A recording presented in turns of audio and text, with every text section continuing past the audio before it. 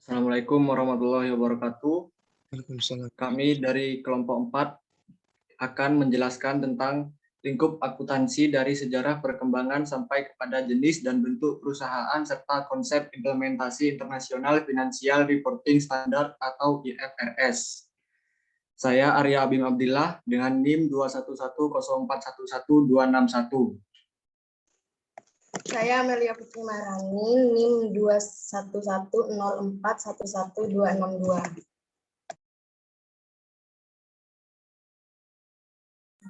Saya Daidito Thomas dengan NIM 21104111264.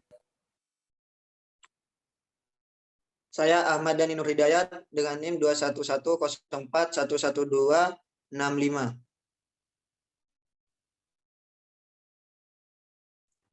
Saya Abu Bakar Abdurrahman Basit dengan NIM 21104111266. Saya Bintang Rizky Permana dengan NIM 21104111267. Oke, pertama saya akan menjelaskan tentang sejarah akuntansi. Di sini yang pertama, penemu pertama teori akuntansi di dunia. Menurut sejarahnya, ilmu akuntansi muncul pertama kali pada tahun 1494, yang dimana di kala itu ada seorang matematikawan bernama Lucas Paciolo yang berhasil membukukan pencatatan keuangan dengan model berpasangan. Munculnya sistem pembukuan berpasangan. Pada awal kemunculan akuntansi, masih belum diberi nama itu, melainkan disebut dengan istilah sistem pembukuan berpasangan. Awal munculnya sistem ini ditemukan pertama kali di Eropa Barat. Namun, beberapa waktu kemudian, sistem pembukuan berpasangan mulai dikenal banyak. Bahkan negara sekelas Amerika Serikat juga menggunakannya sekalipun dengan nama yang berbeda. Di Amerika, sistem pembukuan tersebut disebut dengan Anglo-Saxon.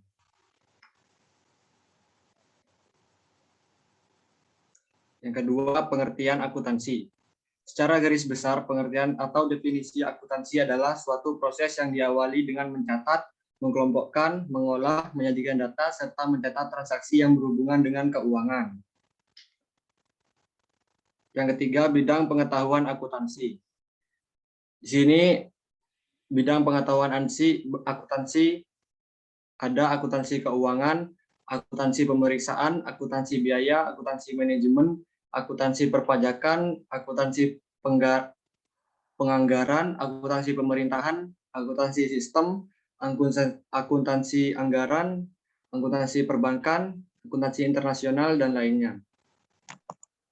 Bidang pengetahuan akuntansi. Yang pertama ada akuntansi keuangan, yang kedua ada akuntansi pemeriksaan, yang ketiga akuntansi biaya, keempat akuntansi manajemen, kelima akuntansi perpajakan, keenam akuntansi penganggaran, ketujuh akuntansi pemerintahan, kedelapan akuntansi sistem, kesembilan akuntansi anggaran, 10 akuntansi perbankan, 11 akuntansi internasional, 12 akuntansi pendidikan, 13 akuntansi sosial, 14 akuntansi sektor publik, dan yang ke-15 adalah akuntansi keperilakuan.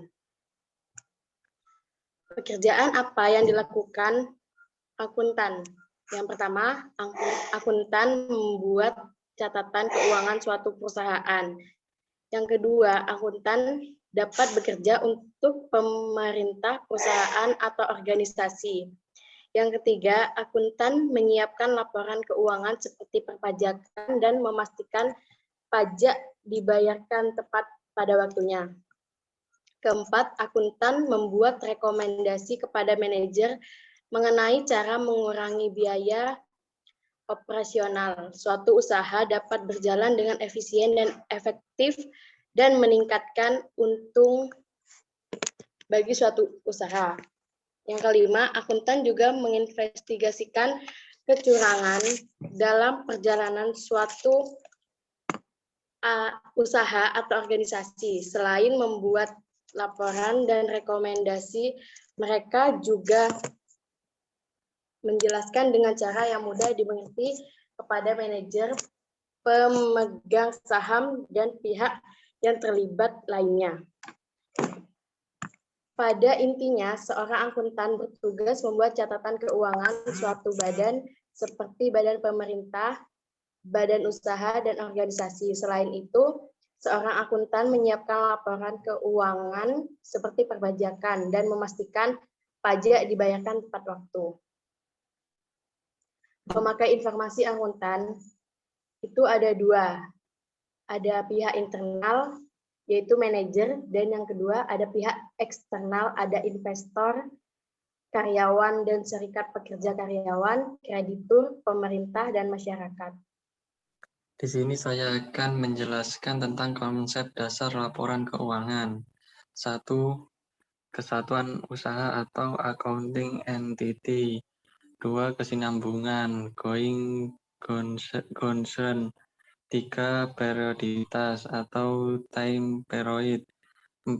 Pengukuran dalam nilai uang atau measure in terms of money.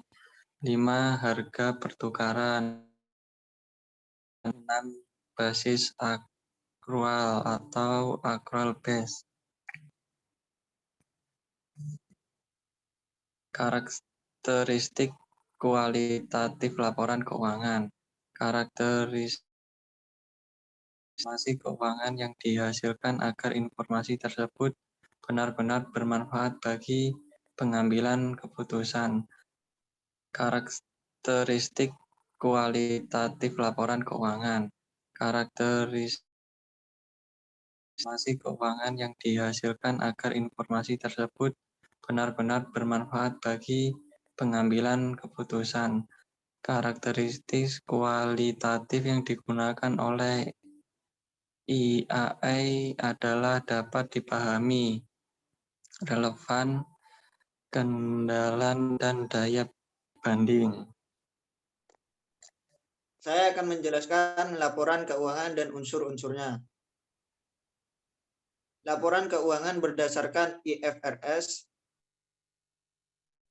atau disebut International Financial Reporting Standard ada 4 laporan.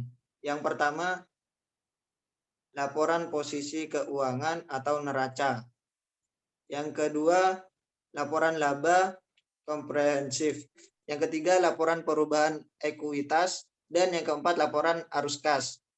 Dan unsur-unsur laporan keuangan ada 7 unsur. Yang pertama aset, yang kedua liabilitas, yang ketiga ekuitas, yang keempat pendapatan, yang kelima pengeluaran, yang keenam keuntungan, dan yang ketujuh kerugian.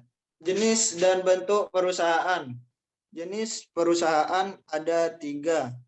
Yang pertama perusahaan manufaktur, yang kedua perusahaan jasa, yang ketiga perusahaan dagang. Dan bentuk-bentuk perusahaan ada 4. Yang pertama perusahaan profesional, perseorangan, yang kedua perusahaan perseroan, yang ketiga perusahaan persekutuan, yang keempat koperasi. Adapun organisasi penyusun IFRS. Yang pertama IASB, yang kedua Advisory Council atau SAC, yang ketiga Komite atau AC. Yang pertama IASB merupakan sebuah lembaga internasional yang bertujuan untuk mengembangkan suatu standar akuntansi yang tinggi. Advisory Council atau SAC yang bertugas memberikan nasihat dan masukan kepada IASB mengenai teknis penyusunan standar akuntansi dan pelaporan keuangan. Yang ketiga adalah Komite atau AC, memberikan saran kepada IASB mengenai masalah-masalah yang tidak terkait dengan standar akuntansi dan pelaporan keuangan. Ini saya akan melanjutkan penjelasan tentang adopsi IFRS dan kendalanya. Adopsi IFRS muncul akibat adanya kebutuhan akan informasi yang relevan dan dapat dibandingkan. Proses adopsi di tiap negara juga berbeda-beda. Di Uni Eropa, proses adopsi ini telah dimulai sejak tahun 2005. Dan ada pula kendala-kendalanya dalam mengadopsi penuh IFRS tersebut. Yang pertama adalah kurang siapnya infrastruktur sebagai financial accounting standard setter. Yang kedua, kondisi perundang-undangan yang belum tentu sinkron dengan IFRS. Yang ketiga, kurang siapnya SDM dan dunia pendidikan di Indonesia. IFRS hanyalah alat untuk mencapai kemudahan dalam berinvestasi. Setelah itu kaitan dengan kerangka dasar penyajian laporan keuangan berdasarkan IFRS. Kerangka dasar penyusunan, definisinya yaitu kerangka dasar penyusunan dan penyajian laporan keuangan adalah sistem terpadu yang berisikan tujuan dasar, sifat, fungsi, dan keterbatasan akuntansi keuangan dan laporan keuangan. Kerangka dasar penyusunan dan penyajian laporan keuangan disebut juga conceptual framework. Ya, mungkin cukup ya.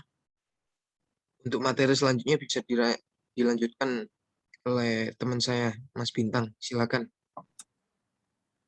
Oke, di sini saya akan melanjutkan materi